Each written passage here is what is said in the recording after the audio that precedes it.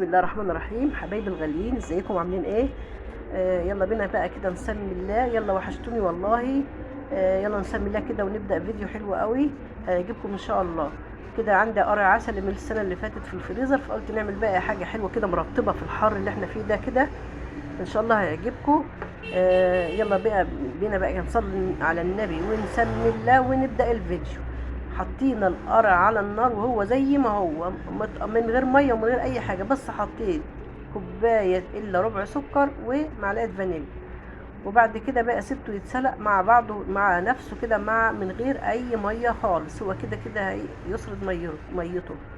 وبعد كده بقى ايه نعمل بشاميل. جبت بقى ايه 3 معالق دقيق، معلقتين زبده او سمنه، بس الزبده افضل، وحطيتها على النار كده. وشايفين بقلب في الدقيق بالسمنه ازاي بالزبده زي الملء. بعد كده بقى احط اللبن شويه بشويه كده اهو. يا رب يا رب الفيديو يعجبكم بقى المره دي، يا رب حد يشوفني، يا رب حد يتفرج على القناه بتاعتي، يا رب المشاهدات تكتر، يا رب تجبروا بخاطري ان شاء الله.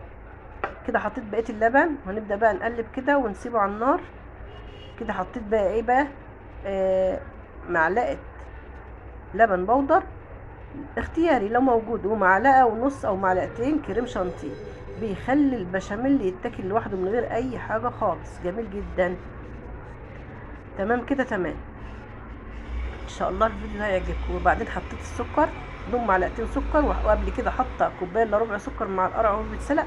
يبقى كده تمام، مش عاوزين بقى نحط اكتر من كده سكر.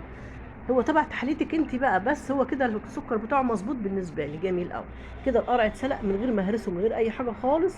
حطيته في الصينيه البايركس كده، بايركس دي، وفردته كده. وبعد كده بقى ايه نحط بقى الحشوه بقى ايه زبيب على جوز هند على قرفه. الحشوه دي ممتازه جميله جدا حلوه قوي، ان شاء الله تعجبك. كده تمام اهو. افرديها بقى على القرع كله كده. وبعد كده بقى ايه نجيب البشاميل. فعلا مرطبه الخرطه منها، كانت بترطب كده وهي ساقعه جميله، وهي اتاكلت اصلا وهي سخنه، لانها كانت مظبوطه وحلوه. ان شاء الله تعجبك، ان شاء الله تعجبك، ان شاء الله تعجبك. يا رب الفيديو كله يعجبكم. كده بقى هنحط ايه البشاميل. البشاميل طبعا مسكر غير البشاميل الحادق بتاع المكرونات والحاجات دي. شايفين البشاميل شكله ايه؟ حاجه كده يعني تتاكل يعني تتاكل لوحدها كده من غير اي حاجه، والله جميل حلو قوي. شايفين اهو حرير. افرديه بقى كله على على القرع كده اهو. ده بقى انا اللي هاكله بقى مع نفسي بقى. كده تمام اهو. شايفين طبقه القرع تحت اهي. مش عارفه اوصلها لكم ازاي، بس ان شاء الله هندخل بقى الفرن طبعا يعني ايه مولعينه مسبقا على درجه حراره 180 عادي. رشه سكر بس قبل ما تدخل الفرن كده عشان تدي اللون الذهبي الحلو. كده تمام اهي. طلعت من الفرن بعد ما فيش، هي كده كده تلت ساعه يعني، كل حاجه تمام. جرنشيها بقى زي ما انت عاوزه. ده جوز هند مبشور خشن، زي ما انت عاوزه حطي بقى. تمام كده اهي. هي لسه سخنه خالص، طبعا هنحطها في التلاجة تبرد. ودي بقى قبل ما ندخلها التلاجة قلنا نشوف خرطة كده اهي. هي لسه سخنة يعني دافية يعني، برضو ايه لازم تبقى ساقعة كده وحلوة ترطب. والله اتاكلت وهي سخنة. شايفين الجمال؟ حلوة قوي قوي، كريمي وجميلة، وحاجة اقتصادية يعني. حتى لو اشتريتي قرعاية صغيرة ب20 جنيه هتعمل لك احلى صينية حاجة ساقعة، حاجة حلوة ساقعة مرطبة في الحر اللي احنا فيه ده.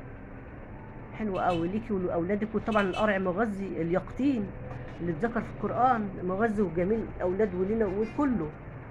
حلو قوي واقتصادية وجميلة وحلوة. هي كده بعد ما بردت واتاكلت كمان، يعني اتاكلت وهي سخنة أكتر من وهي باردة كمان. حلوة قوي إن شاء الله تعجبكم. يا رب الفيديو كله يعجبكم، وما تنسوناش في اللايك والشير يا جماعة. وشكرا لمتابعتكم الفيديو